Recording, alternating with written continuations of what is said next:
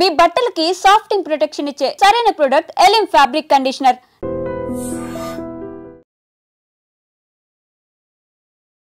నమస్కారం అండి, నా పేరు బాబీ గాడు. యాక్చువల్లీ పోక్రీ, ఇడియట్, లోఫర్ ఇలాంటి పదాలు వింటూ ఉంటారు కదా. ఇవన్నీ తిట్లు కాదు, బ్లాక్ బస్టర్ సినిమాలు. అవి ఎక్కడి నుంచి వచ్చినాయి తెలుసా? మాలాంటి వాళ్ళ వల్లే, ఎస్పెషల్లీ నాలాంటి వాళ్ళ వల్లే. ఎవడో సినిమా రివ్యూ చెప్పిన తర్వాత బాగుందా బాగోలేదా అని వెయిట్ చేసి మరి నేను సినిమా చూడను. నేను ముందే చూసి చాలామందికి చెప్తూ ఉంటాను. కొన్నిసార్లు బాగోలేని సినిమాలను కూడా ముందే చూస్తాను. కొన్ని సినిమాలని నెత్తి మీద పెట్టుకుంటూ ఉంటాను. సో సినిమా ఇండస్ట్రీకి నాకు చాలా మంచి సంబంధం ఉంది. ఎందుకంటే ఏ సినిమా రిలీజ్ అయినా పాన్ ఇండియాలో నేనైతే ముందు చూస్తూ ఉంటాను అనమాట. సో ఈ బాబీ గాడు ఎక్కడి నుంచి వచ్చాడని మీరు అనుకోవచ్చు. అమలాపురం, ఆత్రేయపురం, ఆహాపురం, ఇచ్చాపురం, వైకుంఠపురం ఇలాంటి ఎన్నో పురాల గురించి మీరు చరిత్రలో, పురాణాల్లో వినుంటారు, గూగుల్ మ్యాప్స్లో కూడా చూసుంటారు. కానీ మనది మాత్రం ఒక అద్భుతమైన పురం, అదే సినిమాపురం అనమాట. సో సినిమాపురం నుంచి బాబీ గాడు వచ్చాడు. బాబీ గాడు కేర్ ఆఫ్ సినిమాపురం. సో ఈరోజు మనం ఏ సినిమా గురించి మాట్లాడుకుంటున్నాం అంటే కన్నప్ప సినిమా గురించి అండి. అద్భుతంగా ఉంది సినిమా. ముందుగా కన్నప్ప సినిమా గురించి ఒకటే మాట చెప్తాను. చాలామంది రకరకాల మైండ్లతో వచ్చి ఉంటారు. సినిమా బాగుందా బాగాలేదా, లేకపోతే చాలామంది ట్రోల్ చేద్దాం, రోస్ట్ చేద్దాం అనే ఉద్దేశంతో కూడా థియేటర్లోకి అడుగు పెట్టుంటారు. వాళ్ళందరి నోరులు కూడా మూతపడ్డాయి ఆల్మోస్ట్. ఎందుకంటే ఆ క్లైమాక్స్ చూసిన తర్వాత అనమాట. మాట్లాడుకుందాం మొత్తం సినిమా గురించి కొంచెం డీటెయిల్గా మాట్లాడుకుందాం. మొదట ప్రారంభం టైటిల్స్ పడినప్పుడు పెద్దగా బ్యాక్గ్రౌండ్ మ్యూజిక్ ఏం పడలేదు. ఏంటి సైలెంట్గా టైటిల్ పడుతున్నాయి, అందరూ ఎవడగాడు గుసగుసలు ఆడుకుంటూ ఉన్నాడు. ఎప్పుడైతే టైటిల్ పూర్తయినాయో శ్రీకాళహస్తి గురించి పాట అయితే మొదలైందనమాట. మనందరికీ తెలుసు కదా, ఆల్రెడీ ముందే రిలీజ్ అయింది సాంగ్. ఆ సాంగ్ వాళ్ళ మంచు విష్ణు గారి ఇద్దరు ముద్దుల కూతుర్లు కలిసి పాడారు, కలిసి డ్యాన్స్ కూడా వేశారు. అయితే ఆ పాట శ్రీకాళహస్తి యొక్క చరిత్ర గురించి, దాని విశిష్టత గురించి చాలా ఎక్స్ప్లెయిన్ చేస్తూ ఉందన్నమాట. అయితే కొంచెం నాకు అక్కడ ఏమనిపించిందంటే చాలా అద్భుతమైన పాట, చాలా అద్భుతంగా వాళ్ళిద్దరూ పాడారు. వాళ్ళిద్దరూ కూడా స్క్రీన్ ప్రెజెన్స్ కూడా అద్భుతంగా ఉంది.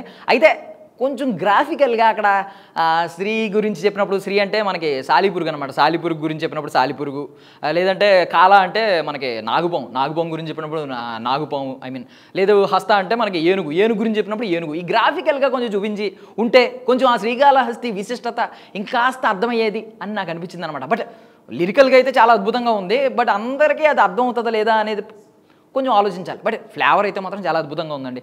తర్వాత ఫస్ట్ హాఫ్ అంతా ఇంకా తెలుసు కదా, తెన్నడో మనకి ఫస్ట్ నుంచి మంచు విష్ణు గారి గురించి చాలామంది అభిప్రాయం ఏంటంటే ఈయన తిన్నగా ఉండడు అని చెప్పి. అంటే చాలా కాంట్రవర్సీలు, చాలా రోస్టింగ్లు, చాలా ట్రోలింగ్స్ ఎదుర్కొన్నారు. బట్ ఇప్పుడు ఆయన తిన్నడు అనమాట. ఫస్ట్ హాఫ్ అంతా తిన్నడగానే కనిపిస్తూ ఉంటారు. ఆయన ఒక హెవీ పర్సనాలిటీ, చాలా కష్టపడ్డాడు పాపం. ఆయన కూడా చాలా కష్టపడ్డాడు.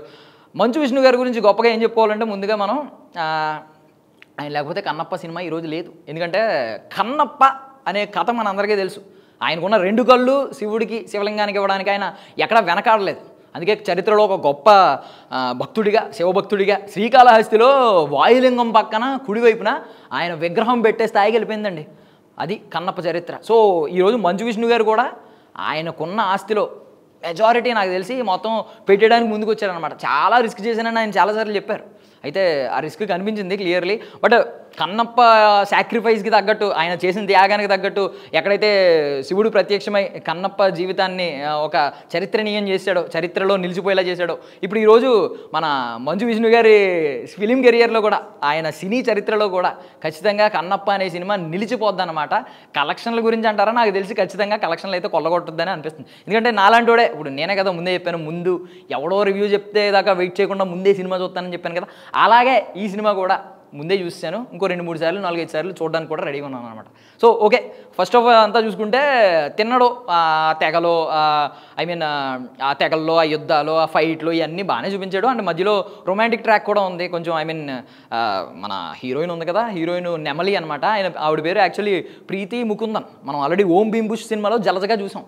అయితే అప్పుడు ఏం పెద్ద రిజిస్టర్ అవ్వలేదు. కానీ ఈ సినిమాలో మాత్రం అంటే ఎంతటి వీరుడైనా భార్య ముందు తలంచుతాలి. భార్యతో యుద్ధానికి దిగాడు అనుకోండి ఓడిపోతాడు. ఇక్కడ కూడా అంతే. నెమలి పాత్ర కన్నప్ప తిన్నడు జీవితంలో చాలా అద్భుతమైన పాత్ర. తిన్నడు కన్నప్పగా మారడం, ఆ ట్రాన్స్ఫర్మేషన్ అంటారు కదా ఇంగ్లీష్లో, దానికి ఈ నెమలి చాలా అతని భార్య చాలా దోహదపడుద్ది అనమాట. సో చాలా అద్భుతమైన పాత్ర ఇచ్చారు, చాలా అందంగా కూడా చూపించారు, చాలా బాగుందన్నమాట. సో నెమలి నుంచి ముందు పొగుడుతూ మొదలుపెట్టాను. అండ్ ఇంటర్వెల్ వరకు వచ్చేసరికి ప్రభాస్ ఎక్కడ కనిపించలేదండి ఫస్ట్ హాఫ్. ఇదేంటి ప్రభాస్ లేడు అంటే ముందే కొంతమందికి తెలుసు ప్రభాస్ సెకండ్ హాఫ్లో వస్తాడని. కాకపోతే ఎక్కడైనా 2-3 క్లిప్పులు, 2-3 రెఫరెన్స్లు, ఒక 2-3 ఎలివేషన్లో బ్యాక్గ్రౌండ్లో వాయిస్లు అన్నా వినబడతాయేమో మన ప్రభాస్ గురించి అని చెప్పి వెయిట్ చేశారు చాలామంది. ఎక్కడా కనిపించలేదు. అయితే ఇంటర్వెల్కి మాత్రం అద్భుతం చేశాడండి. ఇంటర్వెల్ ఇలా ఎత్తాడని చెప్పి ఎవడో అనుకోలేదు. మనకి మంచు విష్ణు గారు ఏం చెప్పారు, ఈ కథ ఏంటంటే ఒక నాస్తికుడు, తిన్నడు అనే నాస్తికుడు భక్త కన్నప్పగా ఎలా మారాడు అనేది చూపిస్తామన్నారు. బట్ ఇక్కడ ఆయన చేసిన మోసం ఏంటంటే ఒక నాస్తికుడు ఎందుకు నాస్తికుడు అయ్యాడు అండ్ అతని గత జన్మ తాలూకా ఆనవాళ్ళు కూడా ఇందులో వదిలేరండి. అంటే ఈ కలియుగంలో కన్నప్ప అలియాస్ తిన్నడుని ద్వాపర యుగంలో ఎవరు అనేది కూడా చూపించారనమాట. ఇది చాలామందికి తెలిసిన విషయమే, బట్ నేనైతే రివీల్ చేయట్లేదు ఎందుకంటే తెలియని వాళ్ళు కూడా చాలామంది ఉంటారు. దూర్జట రాసిన కన్నప్ప కథలో ఇదైతే ఉంది. ద్వాపర యుగంలో మహాభారతంలో ఎవరు ఈ క్యారెక్టర్, కన్నప్ప గత జన్మ ఆనవాళ్ళ గురించి ఒక ఆయన రాశాడు. బట్ తెలియని వాళ్ళ కోసం నేను రివీల్ చేయట్లేదు. సినిమా చూడండి, మీరు సర్ప్రైజ్ అవుతారు. కరెక్ట్గా ఇంటర్వెల్కి మోహన్ లాల్ గారిని చాలా సర్ప్రైజింగ్ ప్యాకేజ్గా వాడుకున్నాడు. అంటే ఈ మధ్యలోనే స్టార్టింగే మీకు సినిమా ఎవరి గురించి, కన్నప్ప గురించి అని చాలామంది అనుకుంటారు. కన్నప్పకు కూడా హీరో ఉన్నాడు కదా, ఆయనే శివుడు అనమాట. ఇప్పుడు శివుడు ఎవరో అక్షయ్ కుమార్. సో అక్షయ్ కుమార్ గారితోనే సినిమా స్టార్ట్ అవుద్ది.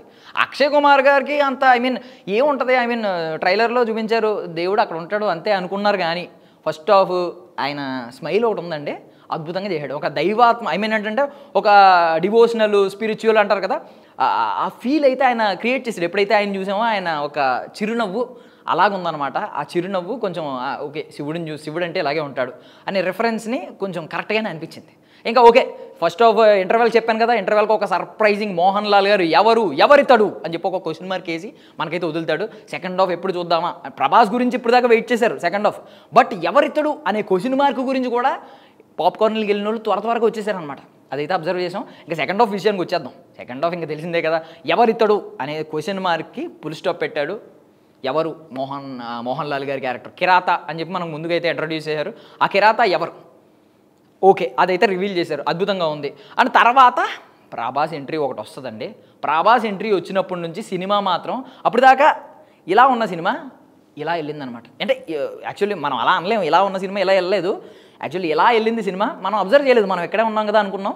ఒకసారి ఇక్కడ కనిపించేసరికి ఇంత దూరం ట్రావెల్ అయ్యామనే విషయం కూడా కనిపెట్టలేము. చాలామంది ఏమన్నారంటే రివ్యూలు చెప్పేవాళ్ళు, చాలామంది మాట్లాడేవాళ్ళు ఏమన్నారంటే సెకండ్ హాఫ్ ప్రభాస్ వచ్చే వరకు బోరబ్బా లేగబ్బా అని మాట్లాడిన వాళ్ళు కూడా ఉన్నారు. మీకు ఒక ఉదాహరణ చెప్తాను. మనం ఇప్పుడు హైదరాబాద్ నుంచి శ్రీకాళహస్తి బయలుదేరామనుకోండి, హైదరాబాద్ సిటీ అంతా దాటే వరకు ఏముంటాయి మనకి, ఆ బిల్డింగ్లు, మెట్రో రోడ్లు, ఫ్లైఓవర్లు ఇవే కనిపిస్తాయి. ఎక్కడన్నా మీకు డివోషనల్ మూడ్ వస్తుందా? రాదు. ఎప్పుడైతే మనం ఆ శ్రీకాళహస్తి పరిసరాల్లోకి వెళ్ళామో ఆ చుట్టుపక్కల, అప్పుడు మనలో తెలియకుండా స్పిరిచువాలిటీ, ఆ డివోషనల్ మూడ్ వచ్చేస్తుంది. ఇప్పుడు కూడా అదే జరిగిందనమాట. మనం అక్కడ దాకా వెళ్ళుకోవాలంటే ముందు ఇవన్నీ దాటాలి కదా, ఆ దాటడమే ఫస్ట్ హాఫ్. మనం డైరెక్ట్ ప్రభాస్ గారి నుంచే సినిమా స్టార్ట్ అయ్యి మొత్తం అంతా భక్త కన్నప్పలా తీయలేదు, ఇది కన్నప్ప అనే తీశారు. అందుకే వీళ్ళ కింద టైటిల్ కూడా ట్యాగులు కూడా 2 ఇచ్చారు, ద బ్రేవెస్ట్ వారియర్, ఇంకోటి ఏంటంటే ద అల్టిమేట్ డివోటీ. సో ఇప్పుడు ఆ రెండింటిని మేనేజ్ చేయడానికి ఫస్ట్ హాఫ్ అంతా బ్రేవెస్ట్ వారియర్ కింద చూపించారు. ఇందులో మనకి మంచు విష్ణు గారు ఎంతవరకు సక్సెస్ అయ్యారు అంటే నటుడిగా మేబీ ఆ టైంలో పెద్ద మార్కులు కొట్టలేదు. కానీ న్యూజిలాండ్ గురించి చాలామంది ట్రోల్ చేశారు కదా, మన ఇండియాలో లొకేషన్లు లేవా, ఇక్కడ చేసుకోని దానికి అక్కడ దాకా ఎందుకు వెళ్ళారని చాలామంది అన్నారు. అయితే వాళ్ళందరూ నోర్లు మూతపడ్డాయండి. ఎందుకంటే ఒక కొత్త ప్రపంచాన్ని నిజంగానే చరిత్రలో ఇలా ఉండేదేమో, ఆ కొండ ప్రాంతాలు, అటవీ ప్రాంతాలు ఇలా ఉండేయేమో అన్నట్టుగా చూపించారనమాట. ప్రాంతాలన్నీ అద్భుతంగా ఉన్నాయి. నిజంగా న్యూజిలాండ్ కాకుండా ఏ ఇండియాలోనో సెట్టేసో లేదంటే ఏ అడవుల్లోనో తీసుంటే అంత ఫీల్ వచ్చేది కాదేమో అనేది నా అభిప్రాయం. మరి న్యూజిలాండ్ విషయంలో అయితే సక్సెస్ అయ్యారనే నాకు అనిపించింది. అండ్ మోహన్ లాల్ అక్షయ్ కుమార్ గారు గురించి ఎలాగో చెప్పుకున్నాం, ఆయన స్టార్టింగే శివుడితో స్టార్ట్ అయింది కాబట్టి సినిమా. తర్వాత మోహన్ బాబు గారి ఎంట్రీ అయితే మొదటి భాగంలోనే ఇంటర్వెల్ లోపే ముందే ఫస్ట్ హాఫ్లోనే కనిపించింది. మోహన్ బాబు గారికి సరైన పాత్ర అనమాట. మహాదేవ శాస్త్రి అంటే ఏంటంటే ఒక ఎప్పుడైతే అహంకారం ఎక్కువైపోయిందో అంధకారం కూడా వచ్చేస్తుందని చెప్పడానికి ఒక ఉదాహరణ అనమాట.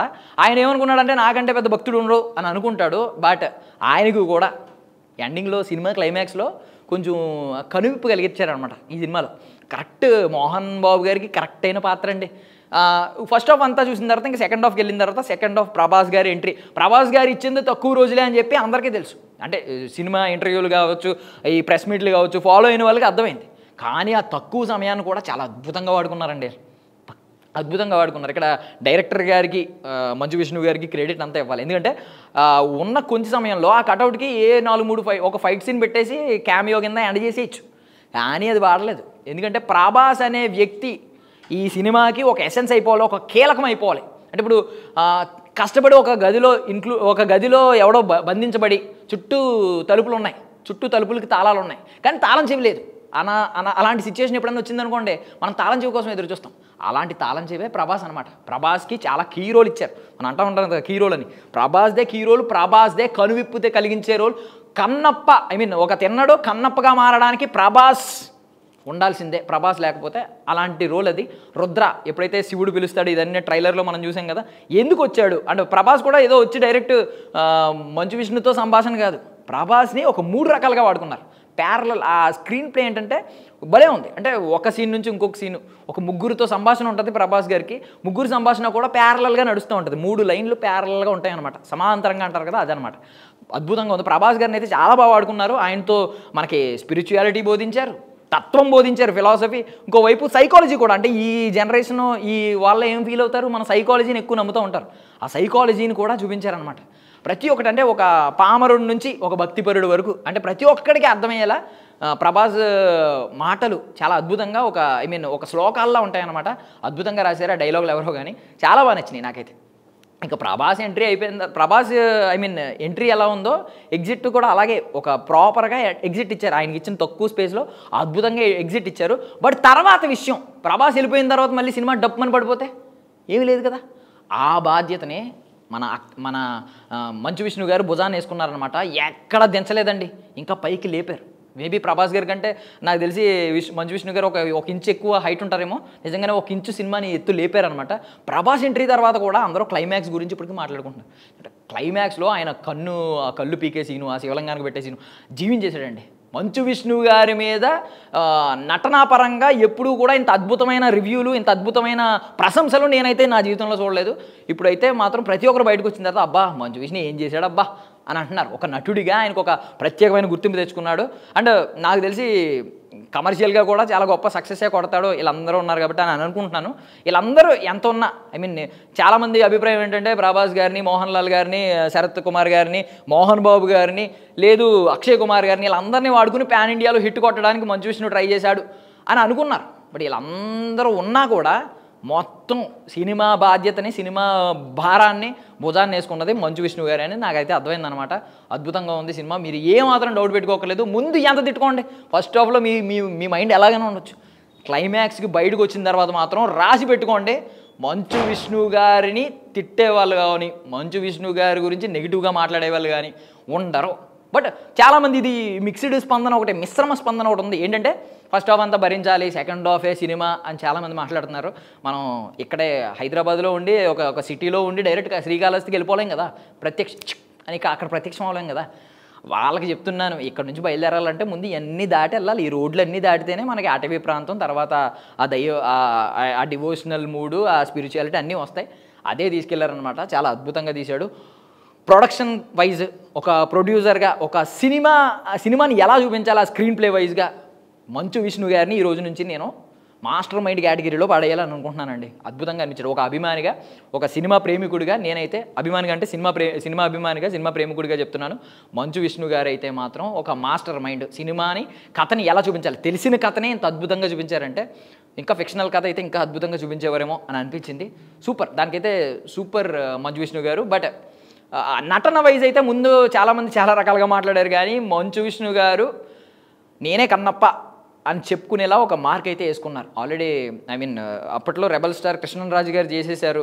ఇప్పుడు ఏంటి నువ్వు అంతకంటే తోపా అనుకునే వాళ్ళు కూడా ఉన్నారు, మంచు విష్ణు గారిని అన్న వాళ్ళు కూడా ఉన్నారు. అయితే ఆయన లాస్ట్లో ఆయన యాక్టింగ్ మాత్రం అద్భుతంగా చేశాడండి.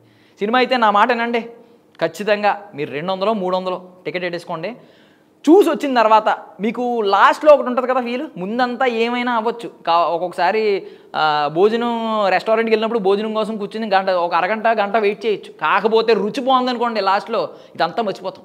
సినిమా కూడా అదే అవుతుంది. కన్నప్ప ముందు మీరు ఏదైనా ఫీల్ అయ్యి ఉండొచ్చు, ఇంటర్వెల్ తర్వాత క్లైమాక్స్కి లాస్ట్ 45 నిమిషాలు చూసిన తర్వాత బయటకు వచ్చేటప్పుడు మాత్రం మీరు ఒక అద్భుతమైన మంచి మూడ్తోనే బయటకు వస్తారు. ఇది ఈ బాబీ గాడి మాట. గుర్తుపెట్టుకోండి, బాబీ గాడు, care of Cinemapuram. Thank you so much.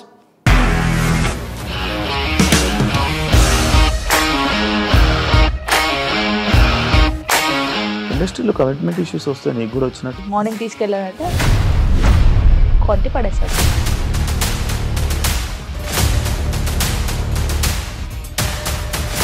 ఒక్కళ్ళు కూడా చూడలేదు ఈ సినిమా అని చెప్పడానికి కూడా చాలా ధైర్యం కావాలి. అది నిజం కదా, దాంట్లో ధైర్యం ఏంటి? ఇది నెక్స్ట్ డే ప్లేట్ మార్చేస్తే తప్పు కదా. As of now we are comfortable this అని నేను అనుకుంటున్నాను. రష్మిక గారిది మీది ఒకే ఊరు అంటే కదా? నీకు కోపం వచ్చిందంటే బాగా తిట్టేత్తరా? తిట్టేద్దామండి.